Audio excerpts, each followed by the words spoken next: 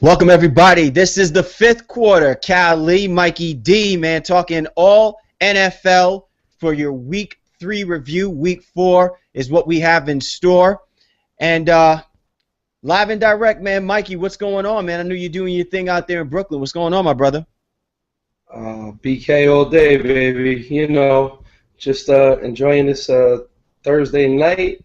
Looking forward to another great weekend of football. Getting away from all these ugly headlines and getting more towards the spirit of the game as the season wears on, Yeah, I know we got a lot to talk about. It's kind of interesting that, the NFL has been desperately trying to refocus fans and, people who are into the sport, trying to refocus their attention back onto the football field. And we had some pretty exciting football games, but unfortunately, it's what's happening off the field that seems to be vastly affecting the brand of the NFL. And, we're going to talk at least a couple of things that have happened over the course of the week, but hopefully most of our attention will be back onto the football field as things start to die down a little bit slowly but surely.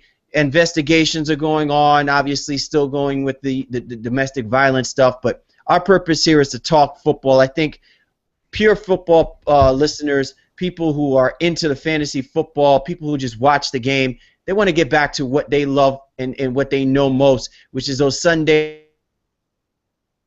sitting there, their ottoman chair, popping chicken wings, hitting that pizza slice, and watching some quality gridiron football back each and every Sunday. And then more importantly, seeing some really great divisional games as we've been watching already with the Giants and the Redskins. And Giants fans have to be very pleased with the offenses. They've been dropping some significant points on the Redskins.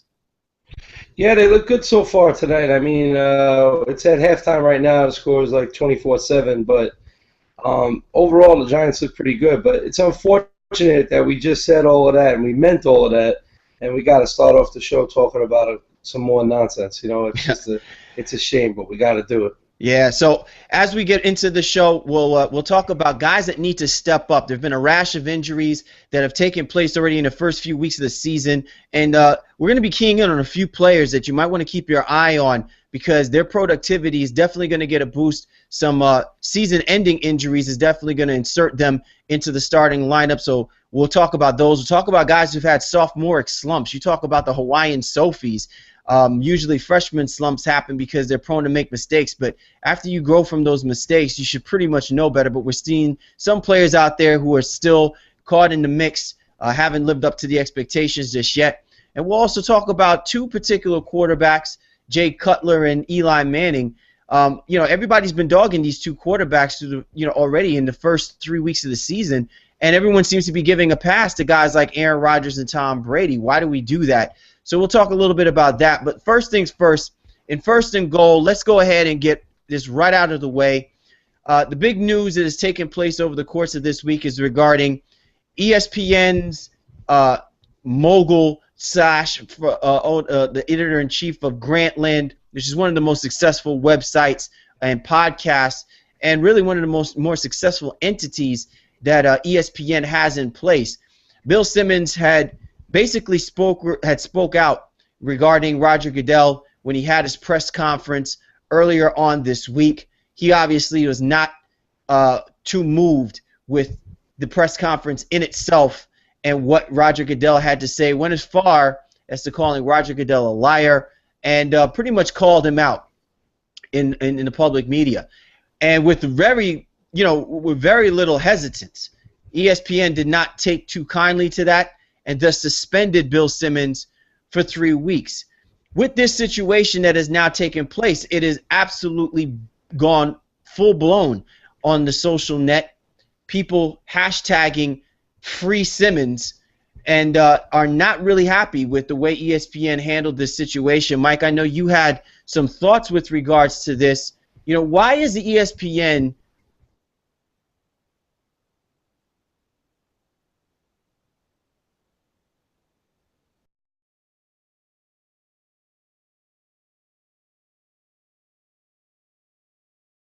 push violence? He basically received, like, I want to say a a 3-day suspension, I believe it was. He wasn't on the airways on ESPN Radio, nor was he on ESPN's First Take for a few days. But this is an unprecedented Simmons for 3 weeks. Yeah, to be honest with you, Cal, I don't know what to make of the whole situation. I mean, I must preface it. Let me say this. I'm not a huge Bill Simmons fan. I respect the guy, and I admire him as a businessman. The dude he's about his business. But I'm not a big Bill Simmons fan, and that comes from the basketball coverage he usually does because he's such a Celtics homer, you know? And I feel like he definitely injects that into every analysis that he does when it comes to basketball. And so I never like guys that are like that. I don't like homers, especially when you work in like national broadcasting. You know what I mean, Cal? Yeah. So I mean, let me get that out of the way. I'm defending a dude who I don't really care for. Whenever I watch, the NBA pre-show and things like that, and he's on it, I cringe every time he talks because he's going to somehow find a way to relate it back to the Celtics and Boston. And it's like, we get it. You're from Boston. We get it. Okay? But what I find the most ridiculous about this situation is that ESPN has pretty much been at the forefront of reporting all of the TMZ fallback and blowback towards Roger Goodell and the NFL. They've been kind of, what's the guy's name? Dan Van Atta. He's the reporter for Outside the Lines. Yeah. Who pretty much blew the story out of the water. And so, like, I get it. ESPN and NFL are partners on Monday Night Football, which is extremely profitable. Extremely profitable. And I understand that. But if they're going to hush somebody like Bill Simmons, shouldn't they have been hushing these guys the whole time? It's like, I don't understand why you're stepping in now. And then the penalty itself is a smack in the face because you're going to suspend the dude 3 weeks when you suspended Ray Rice. Was only suspended for 2 weeks, and he punched his wife.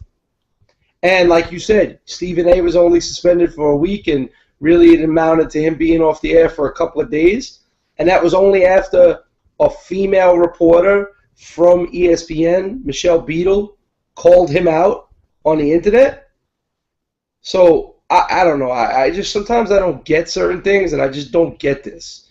Because if ESPN's bowing down to the NFL, it's like, wait, so you can't say it on a podcast, but you could say it 12 hours a day on SportsCenter 1, 2, and 3 on ESPN 1, 2, and 3? I mean, how's that make any sense to you, Cal?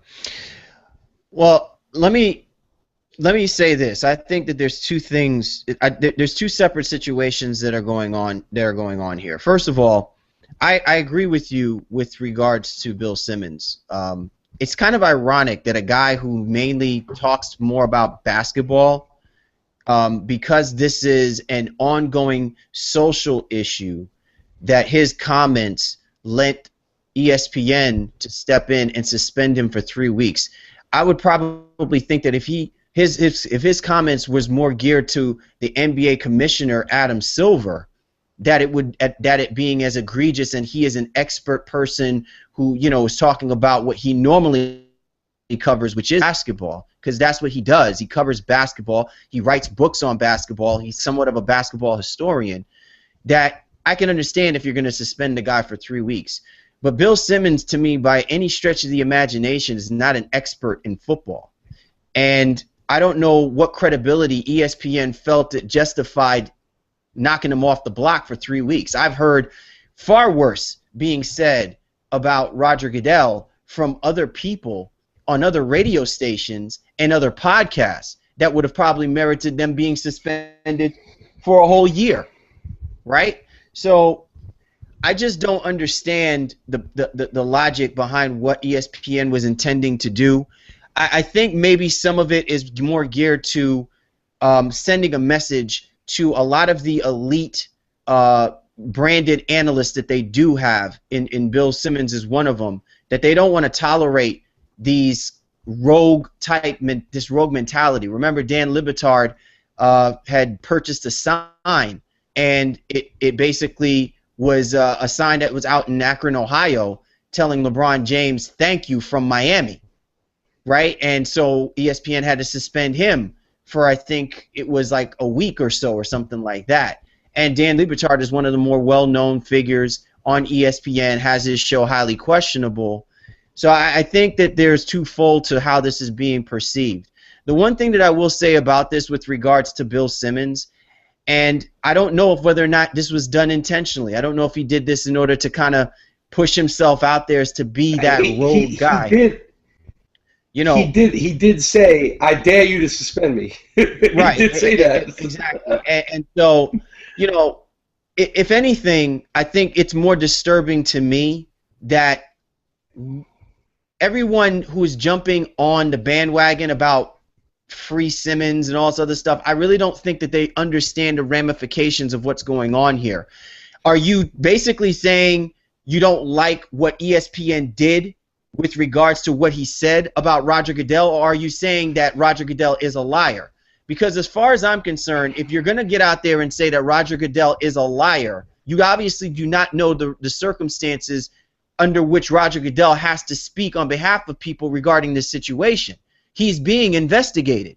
He is not going to be, if he's already said, I knew nothing about this, why would he get up in a press conference and just outright admit what he was already has been admitting from the very beginning? Because everyone is now pressuring him to say something.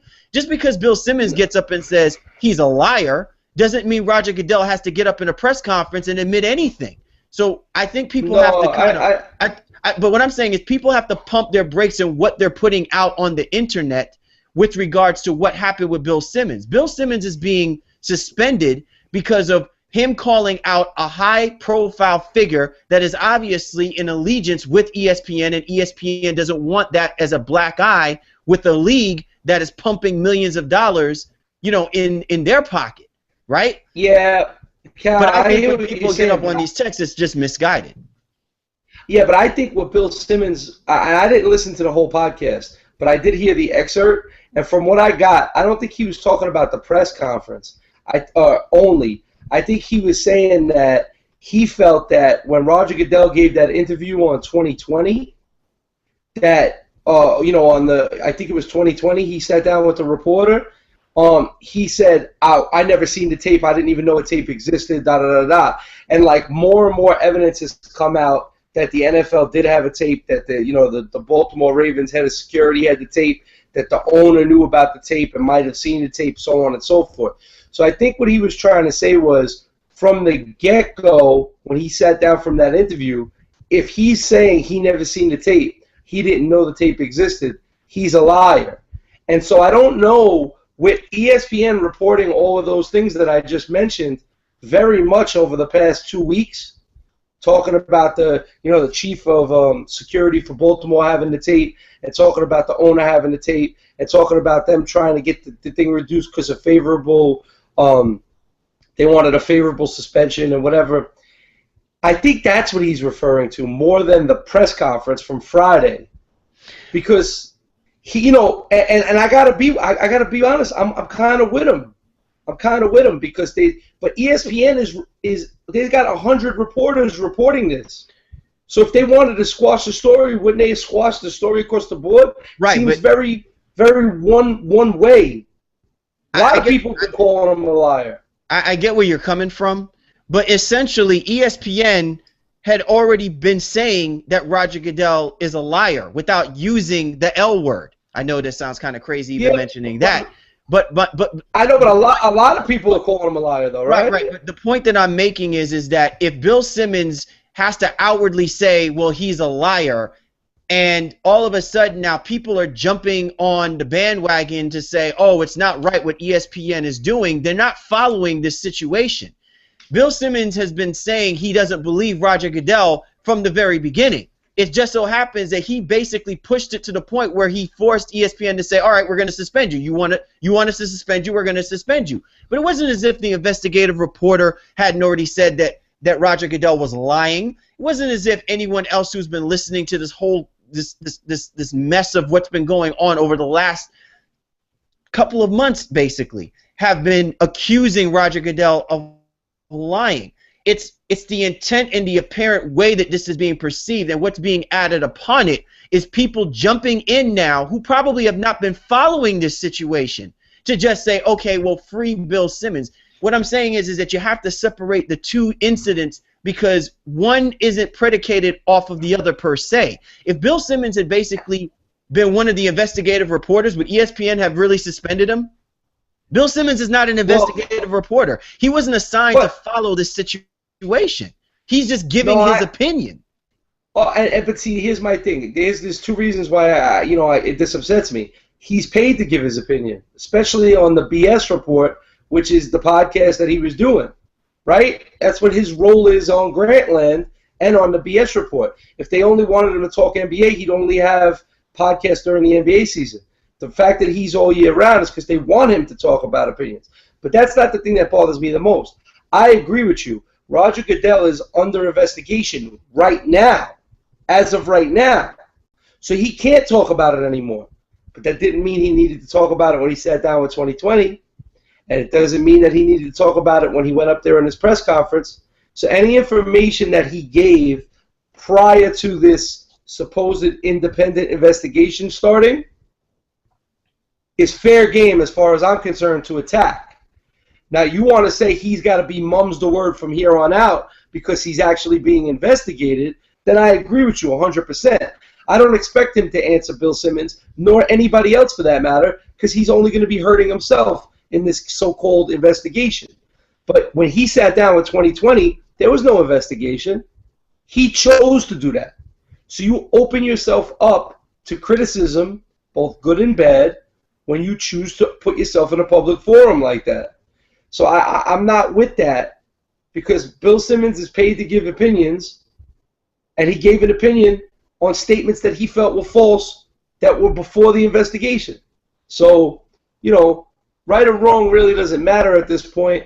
I just think it's mad funny that people keep getting in trouble, and they're so far removed from the actual situation. Okay, let me make sure let me make sure I'm clarifying what we're talking about here, because this wasn't just about him calling him a liar. If anyone wants to read a story, there's many stories that are out. I'm pretty much referencing on what was reported from USA Today, so you can go to usatoday.com. This basically stemmed from his podcast on the BS report, and it wasn't just him calling him a liar. It was a profane-laced tirade of him calling Roger Goodell a liar. Yeah. So yeah. So under but what I'm saying is under the etiquette, and remember, ESPN is also in bed with Walt Disney. Walt Disney is in bed with ABC. All of these people are quote unquote of a family brand type nature. So if Bill Simmons understood the ramifications just because he has one of the more successful entities that is under the umbrella of ESPN, he also knows that ESPN is being held to a high standard, especially if you're under the Walt Disney family. So him basically putting himself out there beyond the scope of this, like I said, it lends me to believe that while I could agree with him that he can go out and call Roger Goodell a liar, how he's doing it is not justifying people now suddenly jumping on the bandwagon to say free Bill Simmons, because Bill Simmons has been able to do this before. You get what I'm saying? Yeah, no, and here's one more question for you, Cal, because I know you follow Bill a little more than I do because you do a lot of basketball stuff.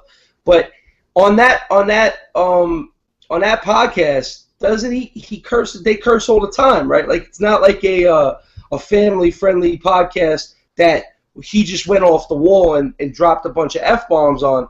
I'm pretty certain that it got some colorful language regularly, right? That's like an 18 plus. I've listened to the podcast on the regular, and it doesn't normally get as intense as this particular. Then that's different. You know what I'm saying? Because if he went outside his norm, you know what I'm saying? Like if Tony Kornheiser stood up and started dropping F-bombs on PTI live, then I'd be like, wait, they don't do that. And that's all that I'm trying to. That's all that I'm really trying to make certain is being understood here. Is that Bill Simmons doing this to the NBA commissioner, I would think would be would be something that merited and warranted it. at the fact that he's doing it because it's the NFL commissioner, yeah, I agree with people that I think the 3 weeks is a little extreme. However, the other part of this, again, is Bill Simmons was not assigned to talk about Roger Goodell. If he's being assigned to give his opinion, then he should know the parameters, the line that he has to walk to do that. So, again, we can look at it from very different angles. It's just what touches me the wrong way is when people jump on the internet, on Twitter, on whatever, and just start lacing into, because it's more about they don't like what Roger Goodell has done and what he said, rather than, oh, well, we need to side with Bill Simmons.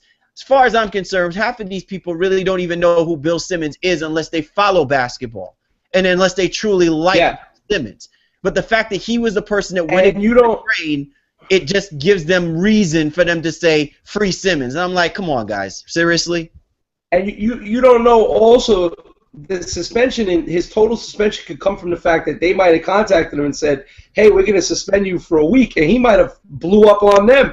And they were like, you know what, now it's 3 weeks. You know what I'm saying? So we don't know the details behind it yet. Usually that's the kind of thing you never find out because the people just want to get past it and sweep it under the rug. Now, if he got fired, then I'm sure he would be out front talking trash. And, you know, we've heard of hosts in the past and things like that. Once they're relieved of their duties at a particular station or whatever, they'll go to another platform and they'll tell a full-on, well, this is why it went the way it went. So maybe we'll find out the full story somewhere down the road. Most definitely. Smells fishy. I completely agree with you. You're tuned to the fifth quarter.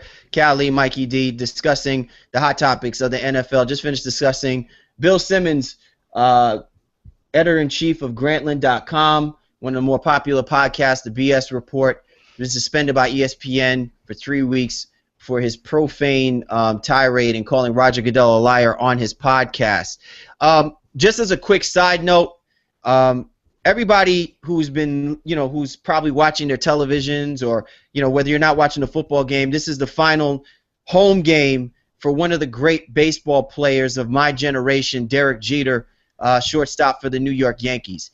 As we were just sitting here having our powwow about Bill Simmons, in true Derek Jeter fashion, David Robertson coughs up, a 3-run lead for the New York Yankees in the ninth, and it takes the captain to help them win in walk-off fashion to defeat the Baltimore Orioles 6-5.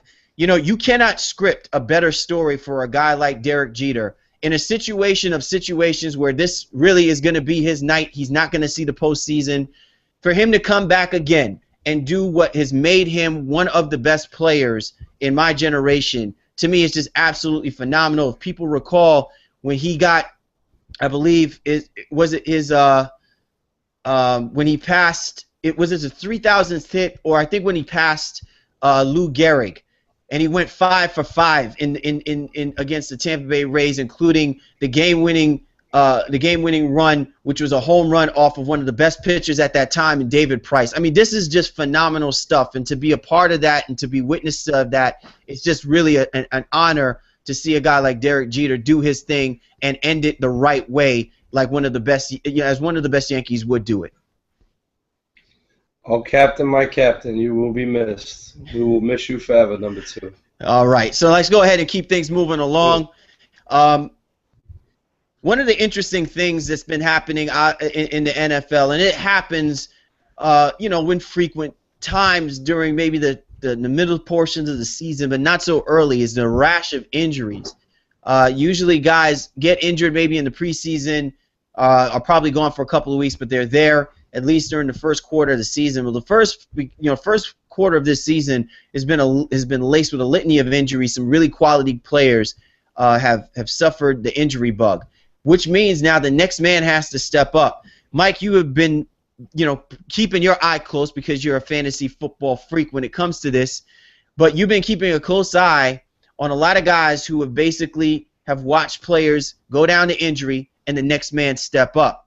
Let's talk a little bit about some of these guys who have basically come in, have filled in that role quite admirably, and are people that we need to start looking out for moving forward, because it looks like some of these injuries for some of these players, guys like Matt Castle, goes down, that means Teddy Bridgewater is going to be the man.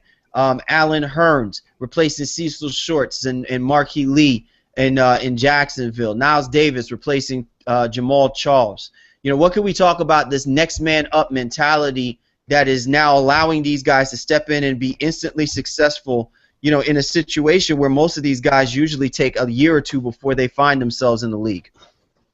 Yeah, I mean, I just think it's interesting. I know it's all salary-based, and a lot of the decisions that they make now is that guys don't really get to make any money in their careers until their middle years. I would say like 25 through like 29 is when a guy tends to be able to make some money.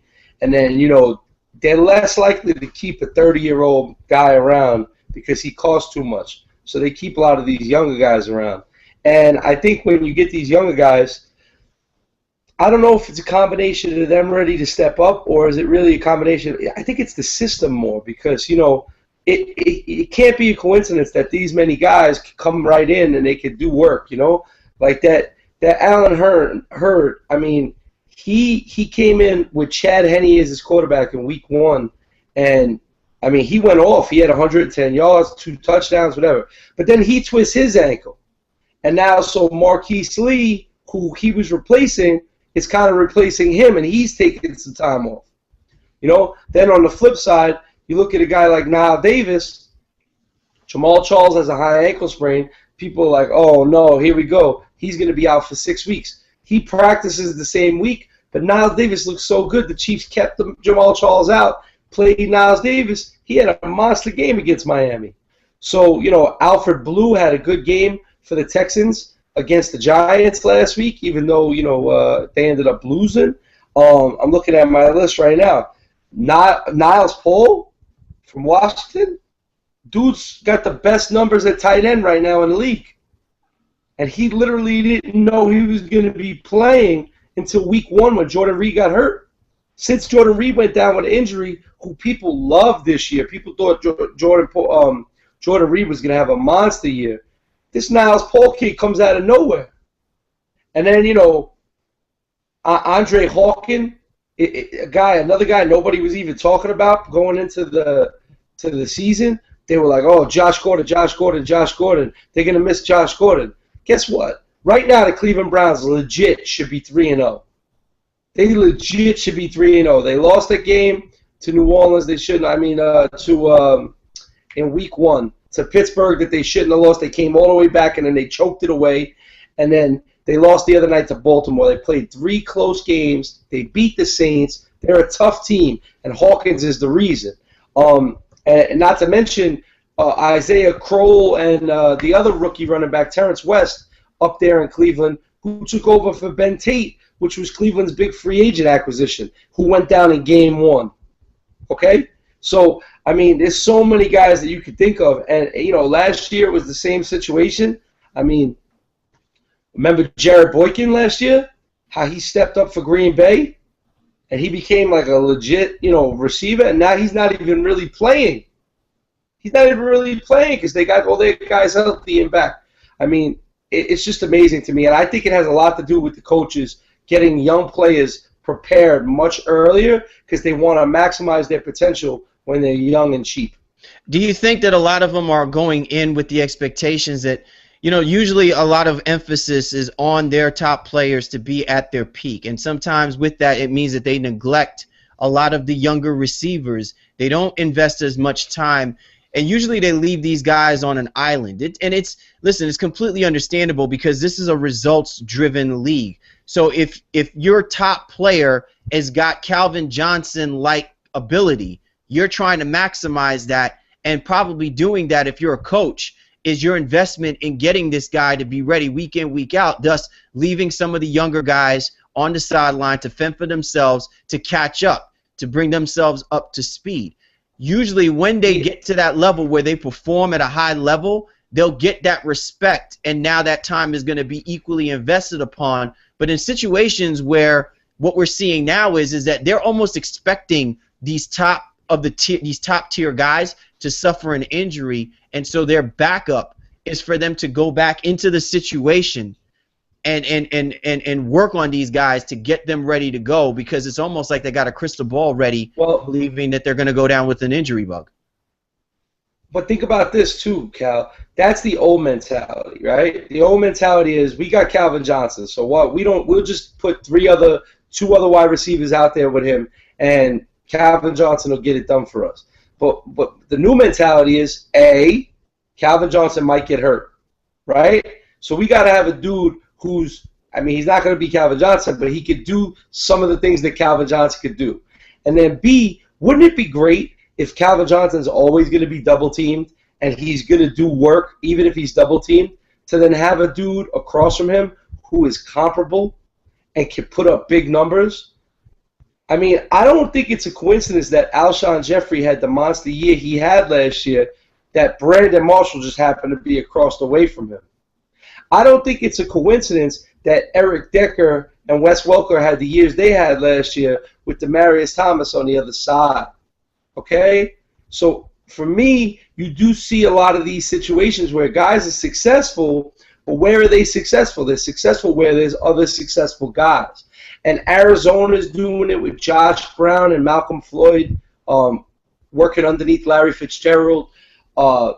Think about all these different teams. Antonio Brown up in Pittsburgh is becoming a bona fide star, so much so that they let back-to-back years they let Mike Wallace and Emmanuel Sanders walk out the door.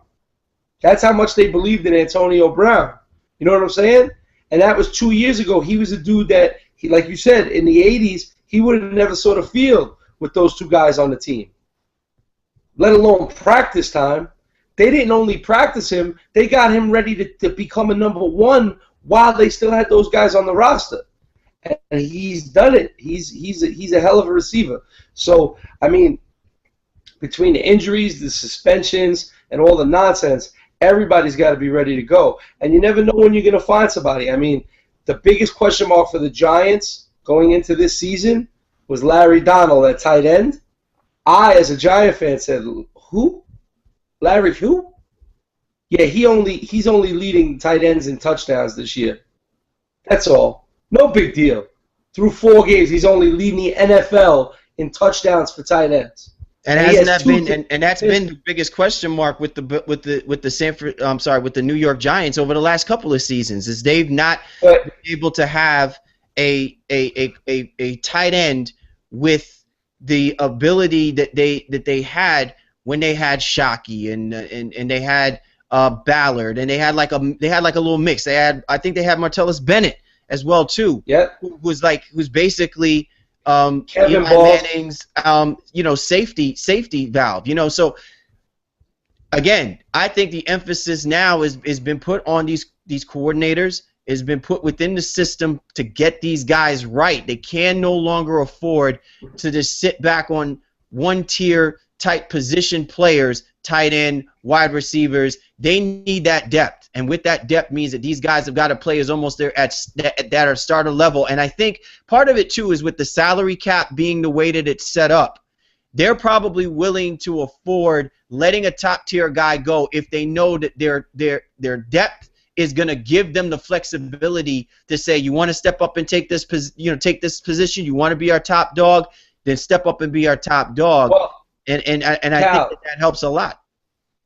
New England's the perfect example of this, right? Everybody keeps saying that they let Welker walk because they were going to sign Amendola. That's not why they let Welker walk. They let Welker walk because they had Julian Edelman sitting there. You understand me?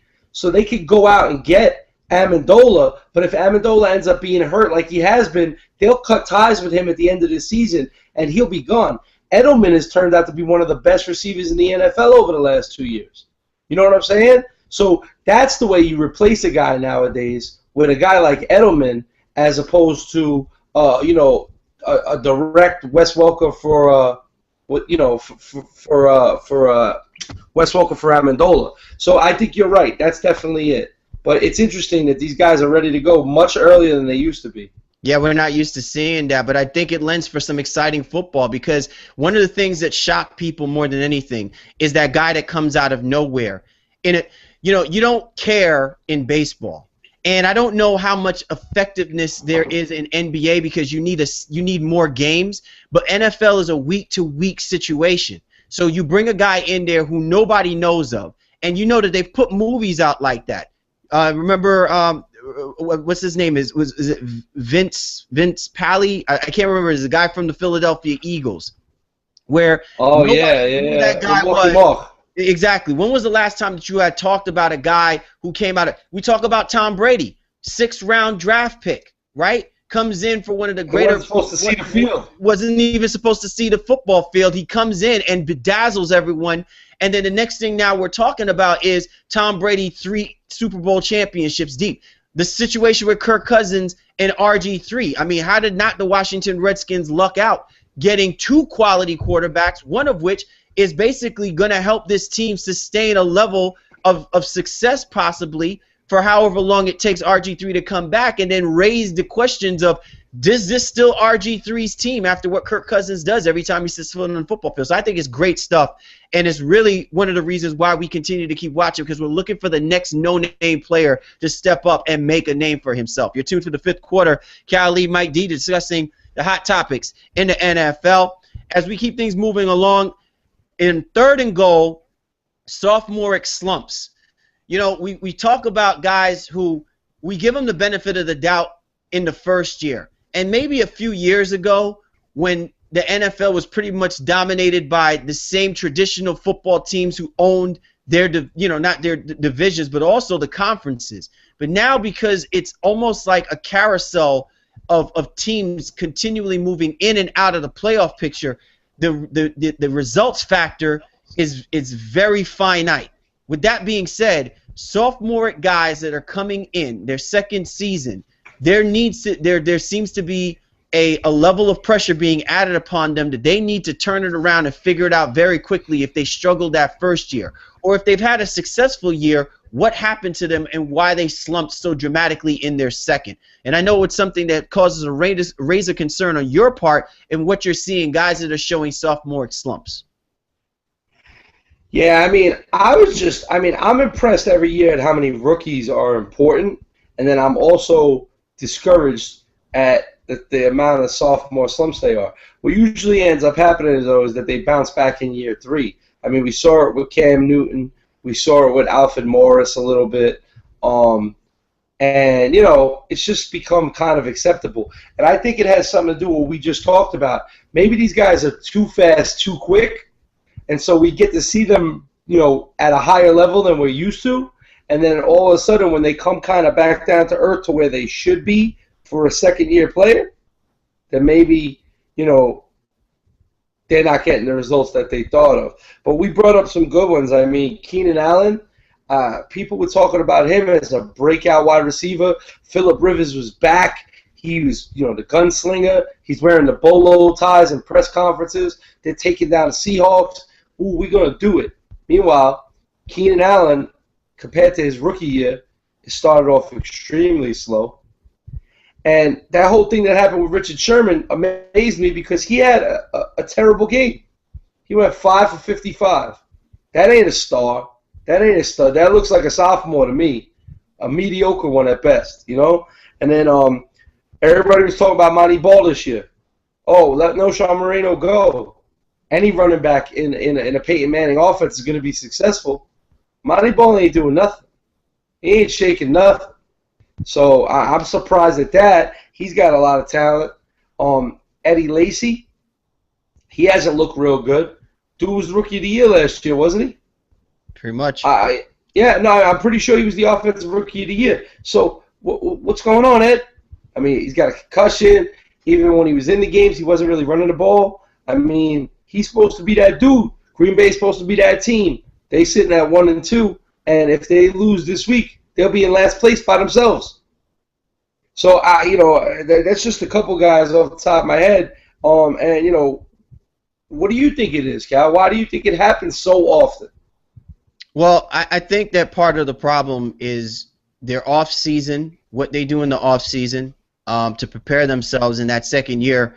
And I think the other thing as well, too, is that you have to look at the fact that some of these defenses, and most of the guys that you've mentioned are offensive-based players. It'd be interesting, and we'll probably have a conversation for later on guys that are more defensive-oriented on their sophomoric jinx in their ability to produce on the football field. I mean, we'll take, for example, D. Milner for the New York Jets. You know, I've not seen.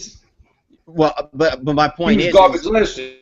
Right, and so it's like it seems to carry over, because usually what will happen is that you've gone through all your bad angst in your first season. Rex Ryan played him up going into the down the stretch at the end of the year. You would think that after camp, you know, when John Izzik didn't invest any money on getting a senior veteran style quarterback to help D. Milner, the assumption is we'll just have to go with what we got. You can clearly see that D. Milner still hasn't got it, right? So I think a lot of these guys, I don't think that they truly understand the ramifications when your name is actually being put out there on a weekly basis. Your name is not just being called out there because people are looking at you. Your name is being called out there because people are focusing on you, specifically the opposition. And I think teams are figuring these guys out very quickly.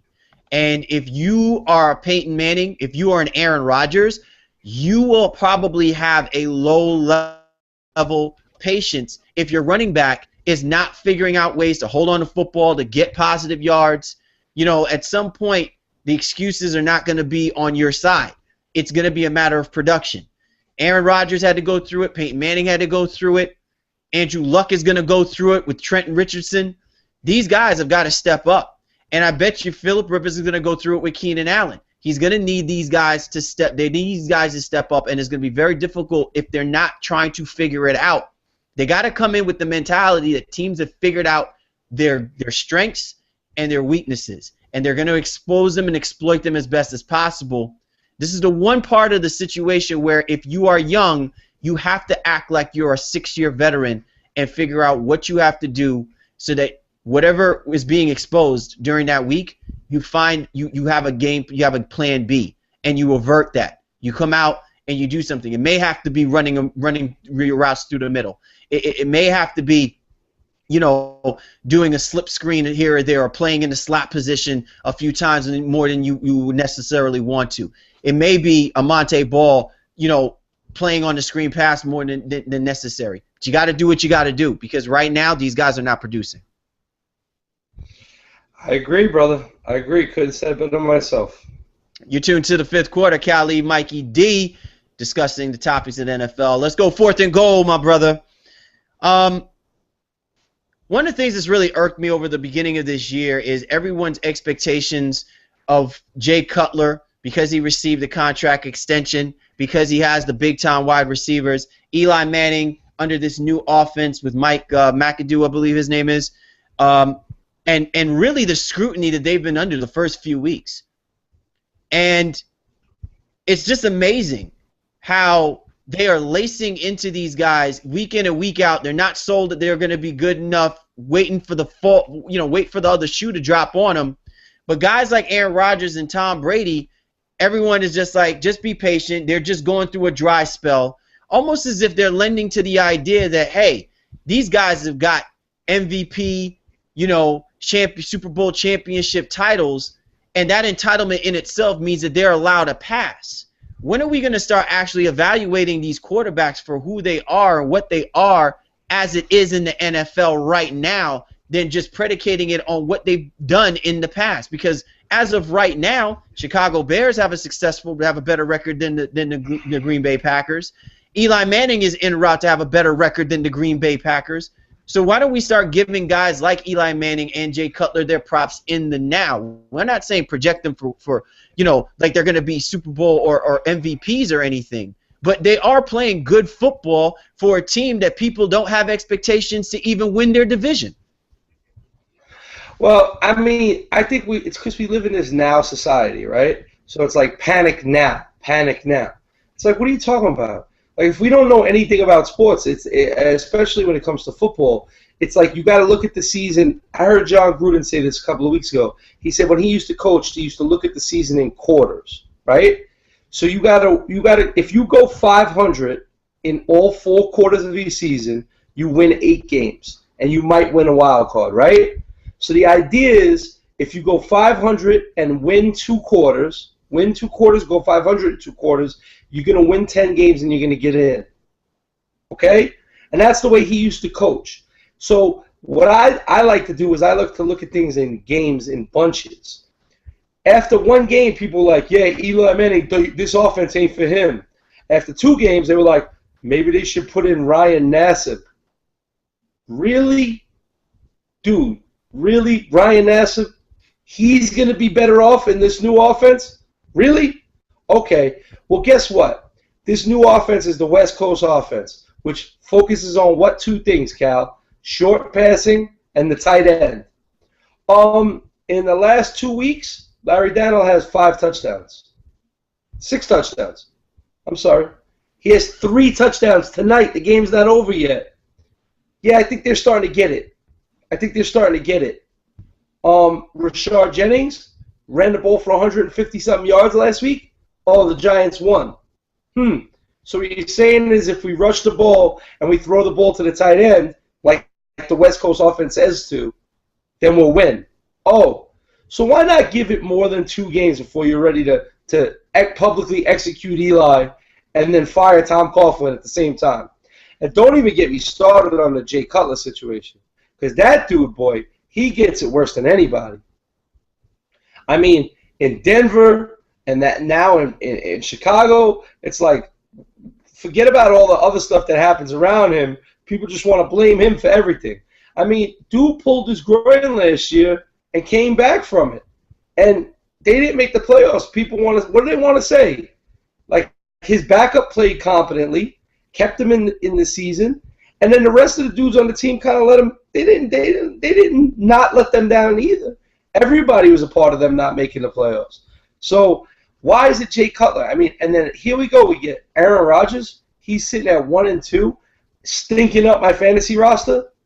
That I picked him in the fucking second round. And this guy's stinking up my fantasy roster, and nobody's bringing it up. Tom Brady's been mediocre for a year and a half, and nobody's bringing it up. I mean, it starts to make you scratch your head. I mean, even Drew Brees hasn't really started off the season like a house on fire, and yet everybody's kind of like, oh, give him a chance. Why? Why not? Why not give Eli a chance? Why not give Jay a chance? I mean, if anything, their future's looking brighter than those other guys I just said. Listen, I completely agree with you. You know, Jay Cutler right now, he's thrown 750 yards. He has 8 touchdown passes. I don't know. What do you want? What do you want over 3 weeks? You know, this is not supposed to be the Chicago Bears, but this is the step that they took in the direction that they decided to go in. They wanted to be a pass-oriented team because they got 2 big studs. And remember last season, everybody wanted McCown to be the quarterback. Everyone said, stay with McCown. What are you all thinking about? McCown can't throw the football like Jay Cutler can throw the football. McCown already lost the job in Tampa Bay. Exactly. You know, and listen, I'm not taking anything away from what McCown did last year, but that goes to the very single point that I'm making with, you know, we knock these quarterbacks because of what their issues were going into the situation. You know, when Jay Cutler was being considered as a franchise quarterback and McCown comes in and he's winning football games, the only thing that I was questioning was rhythm. Everyone else is questioning McCown being a better quarterback than Jay Cutler. I don't know what statistics they would have pulled out of what sky, in what universe, that would have magnified the idea that McCown would have put up better numbers than Jay Cutler because he was in Mark Trestman's offense. All I know is that Jay Cutler has always been a better quarterback than McCown, and McCown's been in the NFL a lot longer than Jay Cutler. So that's what I'm gauging. And right now, Jay Cutler being in Mark Trestman's offense, having a year under his belt, a better offensive line, and receivers who can go and catch the football. I mean, he's resurrecting San Antonio Holmes' career, for Christ's sake. So I don't understand where all of this nonsense is coming from when every single week people want to beat down Jay Cutler because he's not what everyone had expected him to be when he was.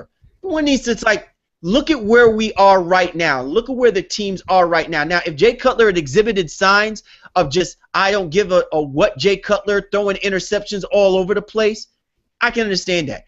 But in the Jets football game, with a front four as vicious and the blitz package that Rex Ryan was throwing at him on Monday Night Football, he only missed 10 passes. I think he threw for almost 40 times. They couldn't even run the football, and they got Matt Forte.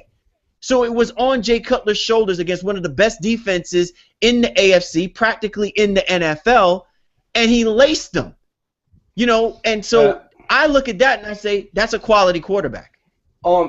So far through 4 games, and this game's not over yet for Eli, but Eli's got 1,000 yards passing. He's got 9 touchdowns and 5 interceptions.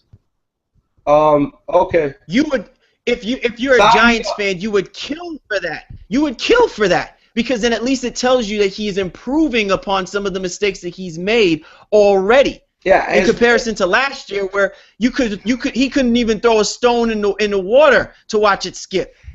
With the mistakes that he had and the pressure he put on his shoulders to try and will that team to win football games. His worst week was week 1, and he's gotten progressively better every week. And so far tonight, he's thrown for 265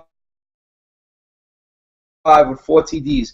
So every week through 4 weeks, he's gotten better with his new offensive system. Maybe he just needed a couple of games to get used to the system. I think he'll be all right.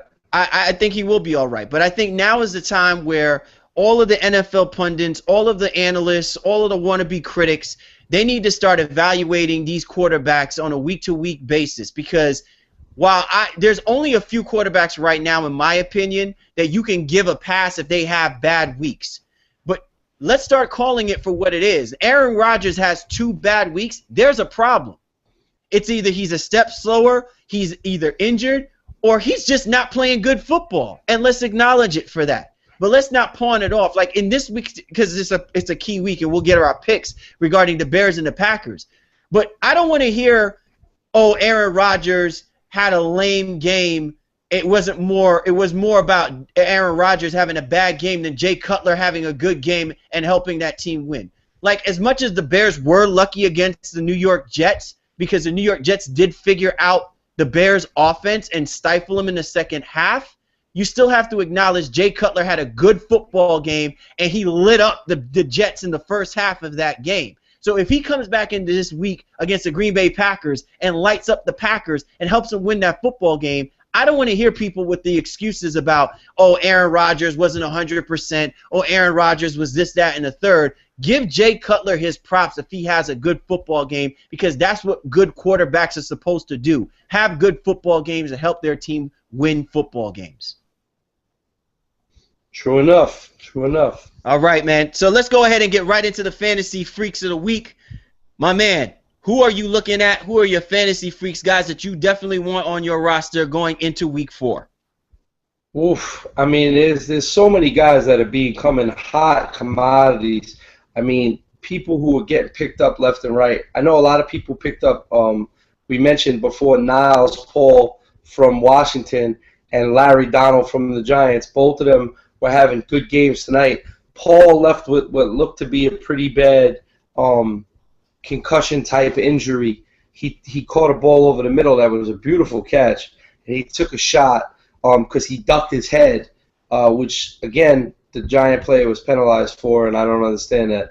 But whatever. But if he rebounds, he's been a very, very capable fill-in for Jordan Reed, and he's been a fill-in for me on 2 teams because I had Jordan Cameron and Vernon Davis, who both went down with injuries. The running back for the Ravens, Tuliosolo, I think his name is Tuliosolo. I don't know exactly how to pronounce his name. But he came out of nowhere. Everybody thought it was going to be Justin Forsett. That was going to be that dude that was going to be like the running back with Ray Rice going out.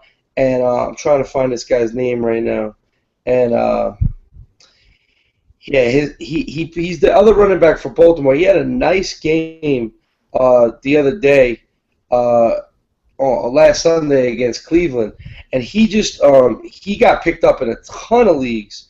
Talafaro, that's it. Talafaro from Baltimore. Lorenzo Talafaro. He ended up getting picked up in a bunch of leagues.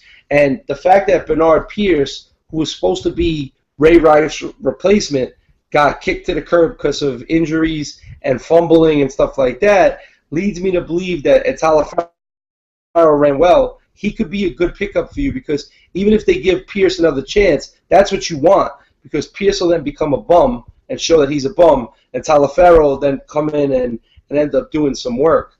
I also really like Mike Glennon down in Tampa Bay as a pickup. I mean, listen, it's bye week time, guys, okay? And at the end of the day, there's not a whole lot of quarterbacks just sitting around. So now might be a good time to take a flyer on a backup quarterback because going around and the bye weeks that are going around, most people keep 2 quarterbacks on their roster. I'm in a league where we play with 2 quarterbacks starting every week. Some guys have 3 and 4 quarterbacks on their roster. Okay, so Teddy Bridgewater, Blake Bortles, and Matt Gunnan that we just mentioned, all getting Mike Gunnan, all getting starts this week. So it might be a decent pickup to grab one of those dudes, and maybe also look at Michael Vick because if Geno keeps stinking it up the way he's been doing it, it might be soon they might give him a shot just to see what they got there with Michael Vick. You know what I mean? Yeah, most definitely, man. All right, so who do you have as your fantasy faux pas for the week? Guys we need to stay away from. I think you need to stay away from guys coming back from injury. It might cost you a game because the dude might come back and he might be a beast, but it's early in the season and you'll make that up. You know what I'm trying to say? I like replacement value over bringing a guy back too quick. So guys I'm talking about, guys like Jamal Charles. Niles Davis has been doing pretty well with Charles out. Charles probably going to play this week. I would stay away from both of them because they're going to probably play like half the game each. So neither one of them. One of them might end up with big numbers if they break a big run or something. But overall, maybe just sit the 2 of them if you have them both, or sit Charles for another week just to make sure. Same thing goes for coming back from injury, like a guy like Roddy White. Roddy White missed the game last week, and then he's on limited practice anyway, so you don't really get an idea. Maybe give Roddy White a week off. See if he comes back. Vernon Davis. Vernon Davis is supposed to play this week for San Francisco after missing a full week, getting knocked out early in the game 2 weeks ago. So, I mean, is he going to be 100%? You're probably better off with whatever other option you have, guaranteed points. And then if he goes off, you're like, yep, he's back. Now I got him for next week. And Jordan Cameron. Jordan Cameron played last week, but I knew he was going to be very limited. So in the 2 teams that I have him, I played Delaney Walker and Niles Paul instead. They both gave me great points last week. I'm riding with those guys again this week until Jordan Cameron shows me he can stay healthy.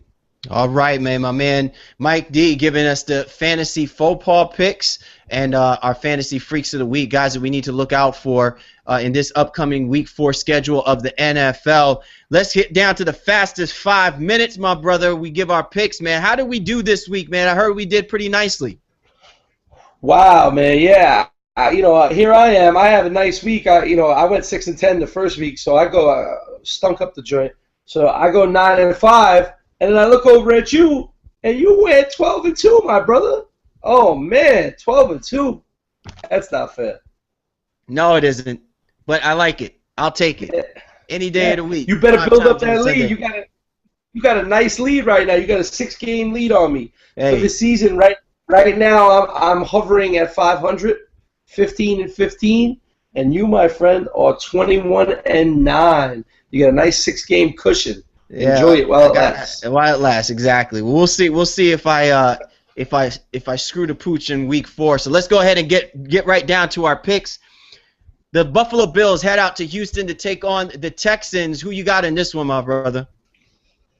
Damn, man, these games just get tougher and tougher, don't they? And usually it's the first game we talk about.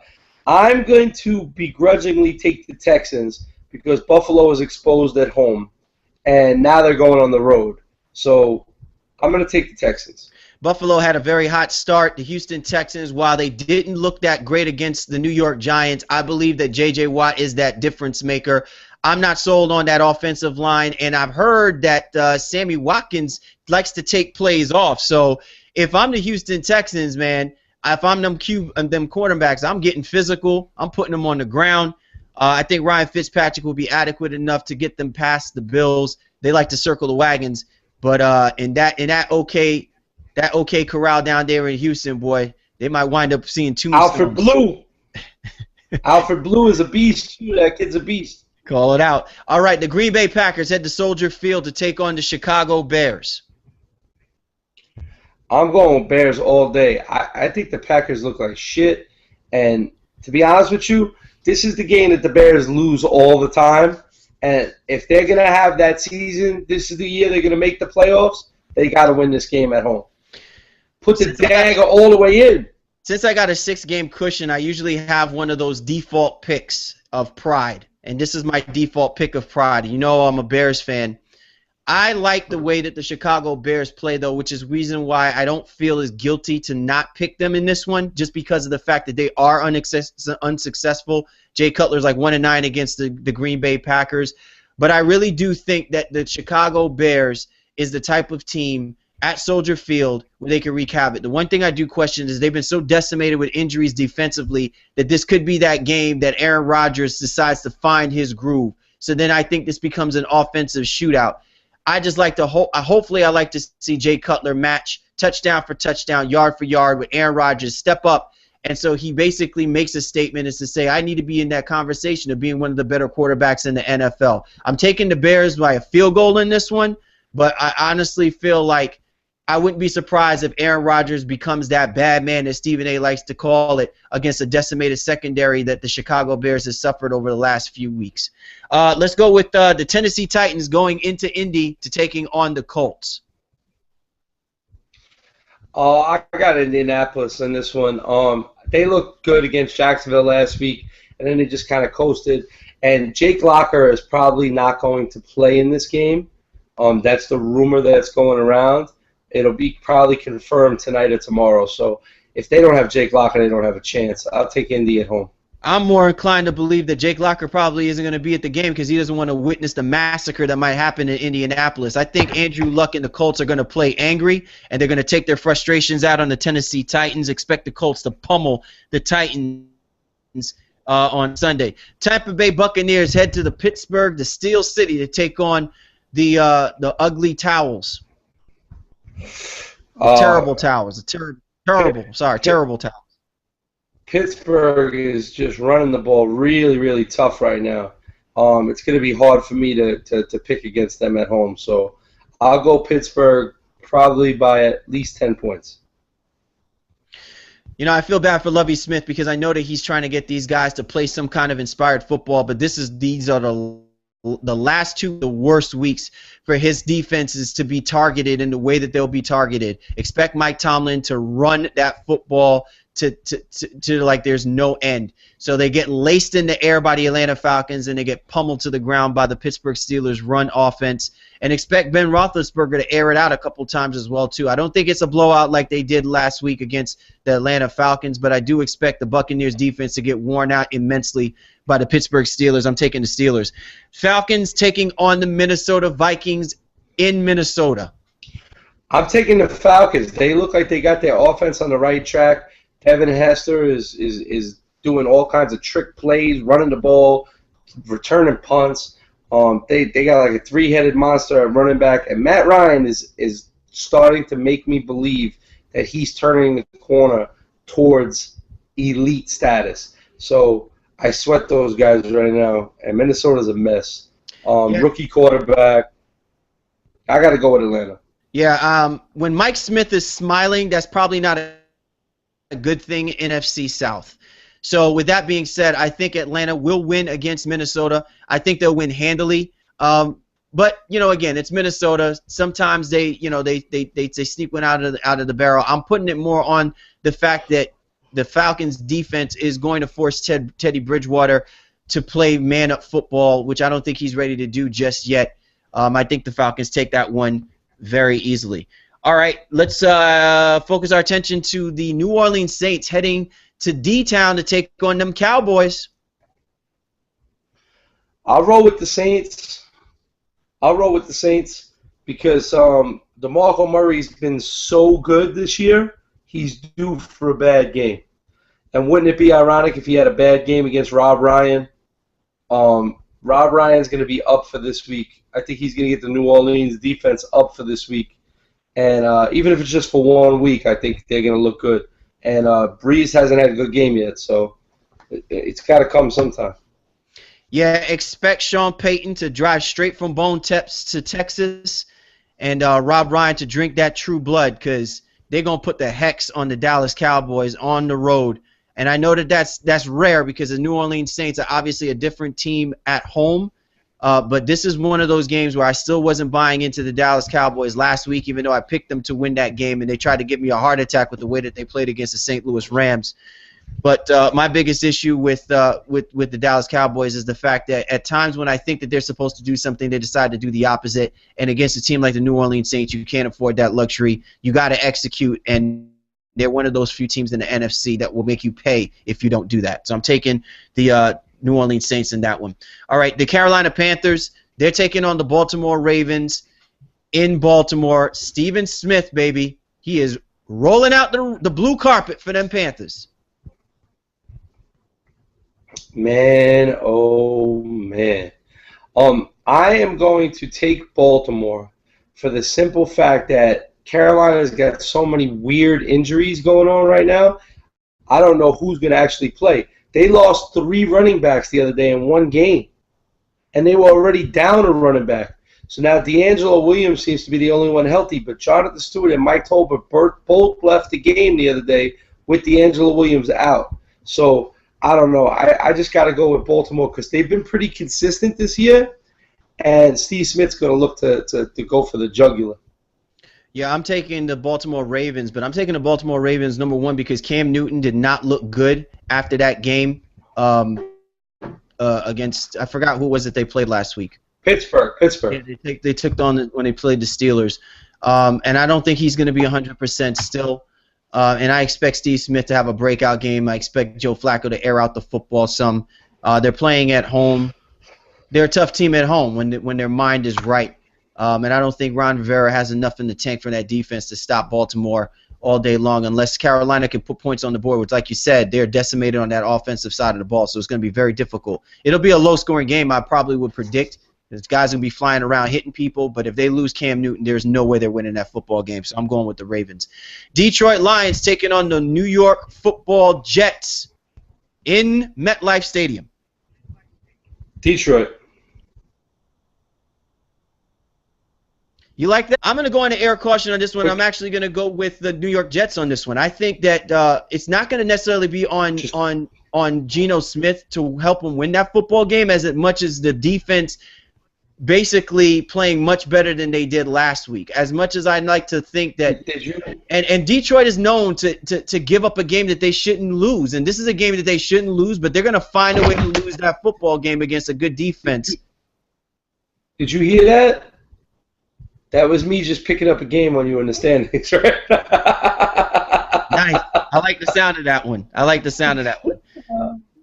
We'll see. We'll see who's got excuses come the press conference after the game. Miami Dolphins taking on the Oakland Raiders in Wembley Stadium, London. Oh my God! Who's drinking tea and scones, man? Who's drinking tea and scones with this one? There's probably not 2 teams I'd rather not watch play football, let alone play football in England right now. They're so bad, these 2 teams. I think Miami wins just because Oakland's so terrible. But then again, Oakland's got to win a game eventually, right? So I'm going to go with Miami because Oakland's defense is just so bad. I'm going to go with Oakland. I don't know why, but I feel like there's so much of a distraction. I think that this is going to be Derek Carr's breakout game. If their defense doesn't stop them, then it's just going to mean that Derek Carr gets to air out the football even more, and they have to stop worrying about trying to feed the ball to McFadden. But I think that they will have a good mixture of run and pass. So I'm taking the Raiders on this one. This is my flyer pick. All right, the Jacksonville Jaguars head to San Diego to take on the Superchargers. Superchargers all the way, baby. Yeah, I got you on that one, too. I think the Chargers win at home. Jags ain't ready yet. All right, this is a good one. Philadelphia Eagles taking on the San Francisco 49ers, Levi Stadium, struggling 49ers team. Are you buying into them figuring it out at home? Nope. I'm taking the Eagles. I'm going to run with you on this one, too. I just think that the Philadelphia Eagles are the type of team to cause fits for the San Francisco 49ers. And they're going to start opening up the floodgates of those questions about how good this team is going to be, or how bad this team could potentially be, and whether or not they may even be able to make the playoffs, and all the rumors that have been going on with Jim Harbaugh, losing that locker room. So I got you on that one as well, too. I think the Eagles pull out the upset against the 49ers. And finally, the New England Patriots head to Arrowhead Stadium to take on Andy Reid, Alex Smith, not Jamal Charles, was it Al Davis, and the wonderful Kansas City Chiefs. I'm going to take Kansas City because there's something wrong with New England right now, and I can't figure it out yet. And so I'm willing to sacrifice this game to see if I'm crazy and they put up 45 points. And then I'll admit that I was wrong. But I think we're going to see a very close game that's going to go towards the home team and the ground and pound offense they're going to try to put in with Alex Smith and Miles Davis / Jamal Charles if he plays. I'm going to take the New England Patriots in this one because I have not still yet seen enough from the Kansas City Chiefs. Like, they are within striking distance to probably being the team that they were last season to begin the first part of the year, but I still think that there's some way away a ways, and I'm buying more into the New England Patriots playing better defense every week progressively. Plus, when you have Darrelle Revis, a guy like Alex Smith doesn't have the luxury to just pick and choose where he throws that football. He's going to truly be what they quote-unquote call a game manager because of that. And so then that means they really are going to have to run the football, which with Vince Wilfork, I don't know how you're able to do that with consistency unless you have Jamal Charles, which they don't have. So this could be that game where I'm buying into more of the New England Patriots figuring out a way to win the game as close as it can be because you got Tom Brady and you just have a few more weapons on both sides of the football that will be better than the Kansas City Chiefs have at this moment in time. So those are our picks. How you feeling about it, man? You ready to make up ground on me?